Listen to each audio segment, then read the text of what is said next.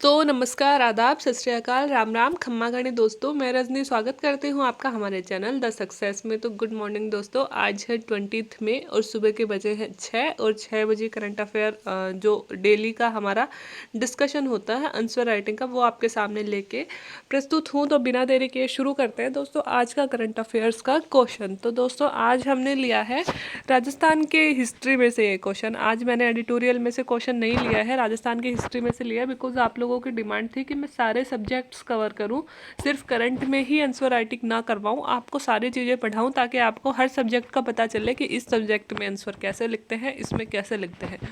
तो दोस्तों 100 शब्दों वाला क्वेश्चन हम यहाँ पे डिस्कस करते हैं। तो वही 100 शब्दों का क्वेश्चन मैंने यहाँ पे लिया है।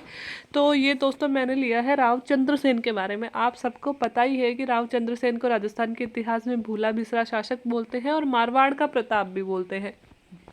तो ये दोनों ही चीज़ें लिखी गई हैं और ऐसी ही चीज़ें पूछते हैं राजस्थान की हिस्ट्री में से, क्योंकि डिफरेंट कुछ है ही नहीं, सब कुछ हमारा पढ़ा हुआ है, वही चीज़ें पूछते हैं। बस डिफरेंट जो होता है हमारी होती है आंसर राइटिंग, कि हम कितने अच्छे से 100 शब्दों में दूसरे के बजाय उसे एक्सप्लेन कर पाते हैं। और नंबर का डिफरेंस होता है कि किसी के उसमें 2 नंबर आ रहे हैं, तो किसी के 5 आ रहे हैं, तो किसी के 7 तक भी आ रहे हैं। ठीक है, तो वो होता है डिफरेंस। बाकी क्वेश्चन तो ईजी होते हैं, मेंस में हार्ड नहीं होते हैं।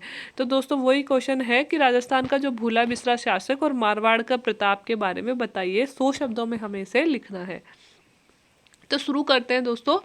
मारवाड़ के शासक राव चंद्रसेन को राजस्थान का भूला बिसरा, क्योंकि इन्होंने यहाँ पे क्वेश्चन में राव चंद्रसेन का नाम नहीं लिखा है, तो हमें पहली ही लाइन में बताना ज़रूरी है कि भाई भूला बिसरा शासक और मारवाड़ का प्रताप कहते किन्हें हैं। तो वो कहते हैं दोस्तों राव चंद्रसेन को। ठीक है, राव चंद्रसेन को कहते हैं राजस्थान का भूला बिसरा शासक कहा गया है।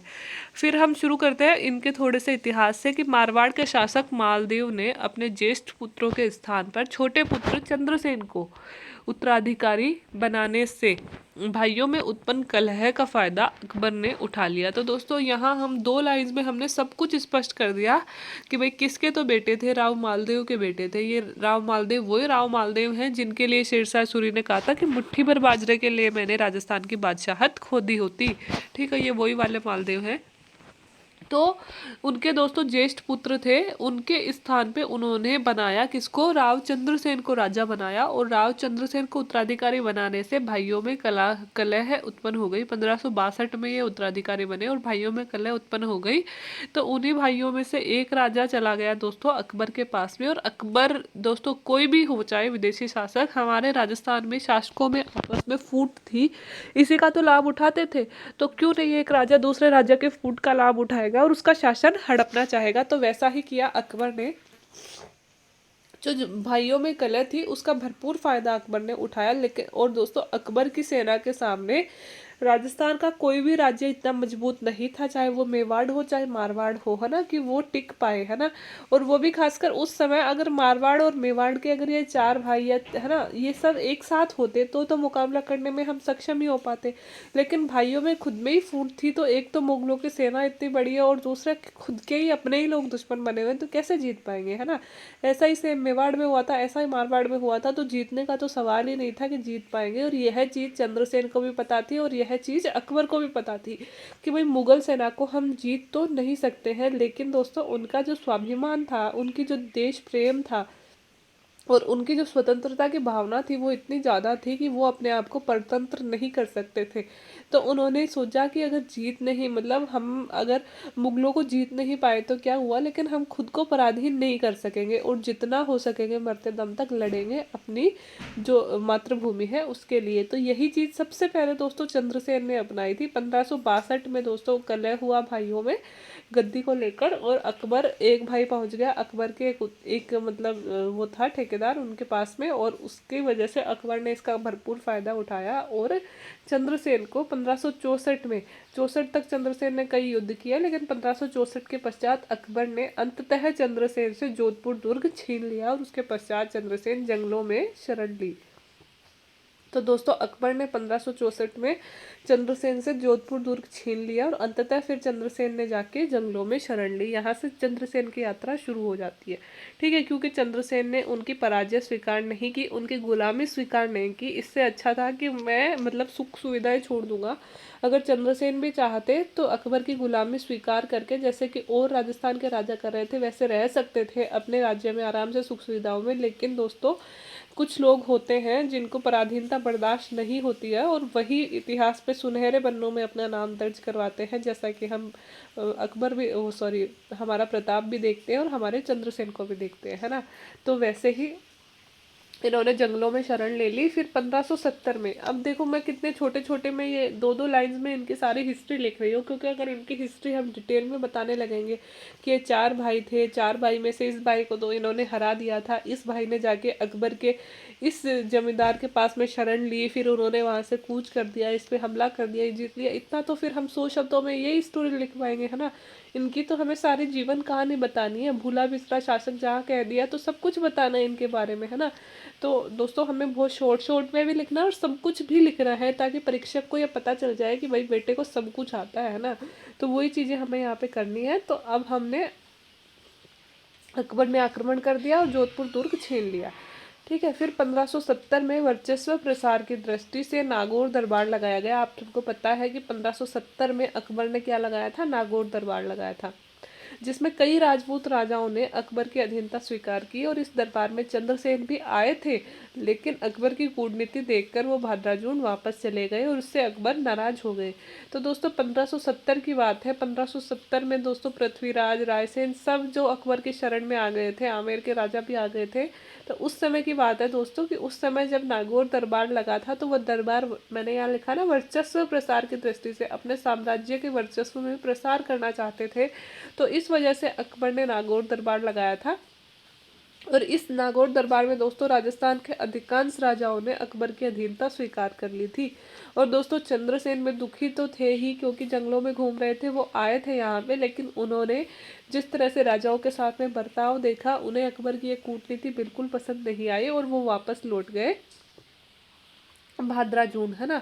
तो अकबर को जब इस बात का पता चला, तो अकबर को बहुत मतलब बुरा लगा कि राजस्थान में कोई ऐसा भी राजा है जो मेरी आज्ञा का प्रतिकार कर सकता है, जबकि उसको पता है कि सारे राजस्थान के राजा मेरी शरण में आ चुके हैं। जबकि अकबर ऐसे बुरा बिहेव नहीं करता था राजाओं के साथ, अच्छा बिहेव करता था, सम्मानित करता था, लेकिन स्वतंत्रता तो नहीं रहती थी ना दोस्तों, वो तो उसके अधिकार में हो गए ना राज्य, तो ठीक है। तो ऐसी सिचुएशन थी, तो उन्होंने, चंद्रसेन ने उनकी अधीनता स्वीकार नहीं करी और चंद्रसेन वापस लौट गए। यहाँ से फिर अकबर और चंद्रसेन की जो आपसी संघर्ष है, लड़ाई है, वो चंद्रसेन का जो छापामार युद्ध है वो शुरू हो जाता है। और फिर सारी जिंदगी चंद्रसेन छापामार युद्ध ही अकबर के साथ में करते रहते हैं। तो जोधपुर के परित्याग के पश्चात चंद्रसेन ने कुछ समय तक भाद्राजून में रहकर फौजों का मुकाबला किया। अब अकबर ने दोस्तों अपनी फौजों को आदेश दे दिया कि किसी भी कीमत पर मुझे चंद्रसेन चाहिए, क्योंकि मैं उसको अधीनता स्वीकार करवाना चाहता हूँ। क्योंकि भारत का शासक, जिसने पूरे भारत पे, अफगानिस्तान पे, इन पे अधिकार कर रखा है, एक छोटा सा राजा अगर उनकी अधीनता स्वीकार नहीं करता, तो ऑब्वियस सी बात है कि उसको, मतलब उसके जो ईगो पे चोट आती है। तो अकबर को भी चाहिए था कि किसी भी हालत में चंद्रसेन मतलब मेरी गुलामी स्वीकार करे। तो उन्होंने अपनी फौजों को भेजा। लेकिन दोस्तों इस समय जब फौजों को भेजा, तो उन्होंने मुकाबला किया चंद्रसेन ने कुछ टाइम तक, और जब उनको लगा कि अब स्थिति आपे से बाहर होती जा रही है, तो वो भाद्रा जून छोड़कर कहाँ चले गए, सिवाना चले गए। और सिवाना में जाकर उन्होंने सिवाना को ही अपनी राजधानी बनाया। तो हम यहाँ पे ये भी लिख रहे हैं कि सबसे पहले वो जोधपुर के जंगलों में गए, जोधपुर से अधिकार हो गया, फिर वो भाद्राजून गए, भाद्राजून से सिवाना गए, सिवाना को उन्होंने अपनी राजधानी बना लिया। बाद में शाह कुली खां के नेतृत्व में मुगल सेना ने सिवाना पे हमला कर दिया और वहां से भी चंद्रसेन बचकर निकल गए। बहुत बार अकबर ने कई तरह के अपने अधिकारियों को भेजा था, लेकिन कोई भी चंद्रसेन को पकड़ नहीं पाया। तो शाह कुली खान को भेजा। जब उन्हें पता चला कि वो सिवाना में है, तो सिवाना के किले पर हमला कर दिया, लेकिन चंद्रसेन वहां से भी निकल गए और उनको शाह कुली खान पकड़ नहीं पाए, ठीक है। उसके बाद में दोस्तों अकबर के द्वारा जलाल खां को भेजा गया, है ना। उनका एक सेनाधिकारी था जलाल खां, वो चंद्रसेन के हाथों मारा गया। जंगलों में पकड़ने के लिए भेजा गया था, लेकिन जंगलों में चंद्रसेन बहुत समय से रह रहे थे, तो वो अच्छे से वाकिफ थे, और जो जलाल खां था उसको चंद्रसेन ने मार गिराया था। अब दोस्तों 1576 में शाहबाज खां द्वारा सिवाना पे अधिकार करने के पश्चात भी चंद्रसेन को पकड़ पाए नहीं थे, तो अब चंद्रसेन पीपलोज और काणूजा के पहाड़ों में, जो सोजत पाली में है अभी इस वक्त, वो वहां चले गए। पीपलोद और काणूजा के पहाड़ों में चले गए जब सिवाना के किले पर शाहबाज खां ने अधिकार कर लिया। इसके बाद में दोस्तों कोटड़ा मेवाड़ में रहते हुए चंद्रसेन प्रताप से मिले। उस टाइम प्रताप भी आ गए थे, तो कोटड़ा मेवाड़ में रहते हुए दोस्तों चंद्रसेन और प्रताप की एक बार मुलाकात भी हुई थी और दोनों में अच्छी मतलब अच्छी बॉन्डिंग थी, है ना। तो अगर हमारे सामने, क्योंकि ऐसे क्वेश्चन प्री में आ जाते हैं कई बार कि क्या चंद्रसेन प्रताप से मिले थे, तो मिले थे तो कौन से स्थान पे मिले थे, तो कोटड़ा मेवाड़ में मिले थे दोस्तों चंद्रसेन प्रताप से। और बिकॉज ऑफ चंद्रसेन को प्रताप का अग्रगामी कहा जाता है, अतः चंद्रसेन और प्रताप में किसी भी प्रकार का संपर्क होता है, संबंध होता है, तो हमें यहाँ पे मेंशन करना बहुत ज़रूरी हो जाता है, इसलिए मैंने ये लाइन यहाँ पे डाली है। ठीक है। फिर दोस्तों 1579 में फिर मतलब चंद्रसेन ने फिर से एक बार मुगल सेना जब उनको कमज़ोर होती दिखाई दी, तो सोजत के पहाड़ों पर उन्होंने आक्रमण किया और सोजत पे अधिकार कर लिया। और उसके पश्चात मुगल सेना के आने पर अंत में वे फिर से वहाँ पे मुगल सेना आ गई और फिर से वे सिचियाप के पहाड़ों में चले गए और अंततः 1581 में उनका वहाँ पे निधन हो गया। तो निधन हुआ था दोस्तों उनका सिचियाप के पहाड़ों में, है ना। सोजत पे उन्होंने अधिकार कर लिया था, लेकिन सोजत पे फिर से मुगल सेना आ गई थी और फिर उन्हें वो क्षेत्र छोड़कर जाना पड़ा था। ठीक है। तो फिर लास्ट में दोस्तों वो पहुंचे थे सिचियाप के जंगलों में, सिचियाप के पहाड़ों में, और 1581 में 1562 में राजा बने थे और 1581 में उनका वहाँ पे निधन हो गया था। तो दोस्तों सारण पर निधन हुआ था उनका सिचियाप में, लेकिन उनकी समाधि बनाई गई है सारण में, क्योंकि सारण में उनका दाह संस्कार किया गया था। तो सारण पर जिस स्थान पे उनका दाह संस्कार किया गया था, वहाँ आज भी घोड़े पर सवार उनकी प्रतिमा है, जिसके आगे 5 स्त्रियां, सतिया नहीं 5 स्त्रियां खड़ी हैं, जो कि उनके पीछे हुई सती का प्रतीक है। दोस्तों ये कहा जाता है कि उनके घोड़े पे सवार प्रतिमा है, और कहा जाता है कि जो 5 स्त्रियां हैं वो उनके आगे खड़ी है, वहाँ पे उनकी भी प्रतिमा है। तो कहा जाता है कि उनके पीछे उनकी 5 रानियां थी जो सती हुई थी, यह इस चीज का प्रतीक है। और यह मूर्ति कहाँ पे है? सारण में यह मूर्ति है। ठीक है।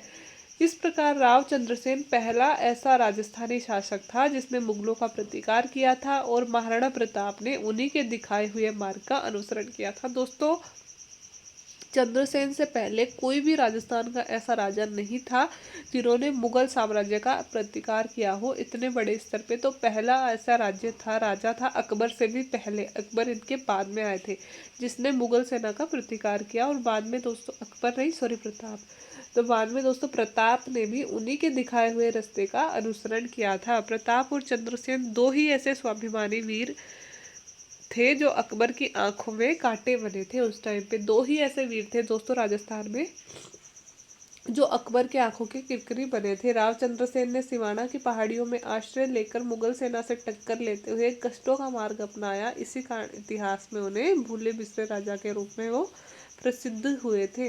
तो दोस्तों इतिहास में भूले बिसरे राजा के रूप में क्यों? क्योंकि उन्होंने मुगल सेना से टक्कर लेते हुए जंगलों का मार्ग अपनाया और वो छापामार युद्ध करते थे, जिस तरह से प्रताप ने बाद में किया।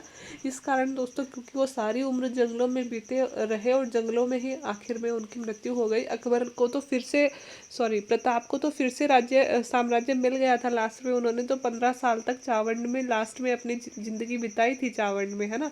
तो अकबर को तो फिर भी मिल गया था, लेकिन जो ये चंद्रसेन थे ये तो मरते दम तक दोस्तों जंगल में ही रहे थे और जंगल में ही मरे थे, है ना। जिस टाइम पे 1562 में उनको राज्य प्राप्त हुआ था, बस 1564 से दोस्तों उन्हें अपना राज्य छोड़ना पड़ा था, और लास्ट में 1581 तक वो जंगलों में ही रहे थे और अंततः उनकी मृत्यु भी वही हो गई थी। तो वो कभी अपना ना तो साम्राज्य प्राप्त कर पाए और ना ही कभी राजा की तरह जीवन व्यतीत कर पाए, है ना। अपने स्वाभिमान की खातिर अपने मातृभूमि प्रेम की खातिर, है ना, अपनी जो मतलब स्वतंत्रता की भावना की खातिर दोस्तों उन्होंने इतने कष्ट सहे। इसी कारण से इतिहास में उन्हें भूले बिसरे राजा कहा जाता है।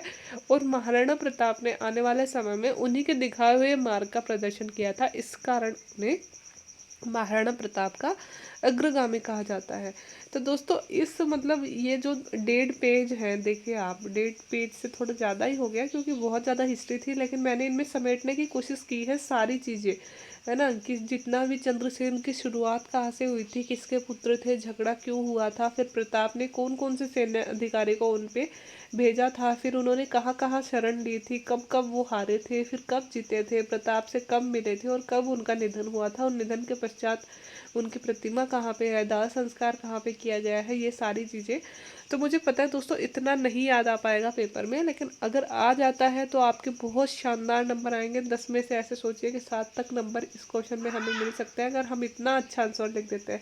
लेकिन अगर नहीं आता है, मतलब इतना याद नहीं आता है, क्योंकि हमारे एग्ज़ाम तक तो बहुत सारी चीज़ें हम लिख चुके होते हैं, तो बहुत सारी चीज़ें हमें याद नहीं आती हैं, लेकिन इसमें से अगर हमने 70% भी लिख दिए फैक्ट्स, तो भी हमारे बहुत अच्छे नंबर आ जाएंगे।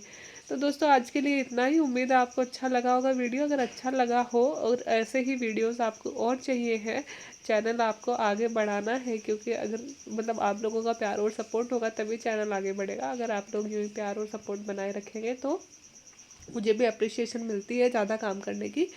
तो दोस्तों खूब सारे लाइक करें, शेयर करते रहें दोस्तों के साथ और चैनल को सब्सक्राइब भी करें। Thank you so much.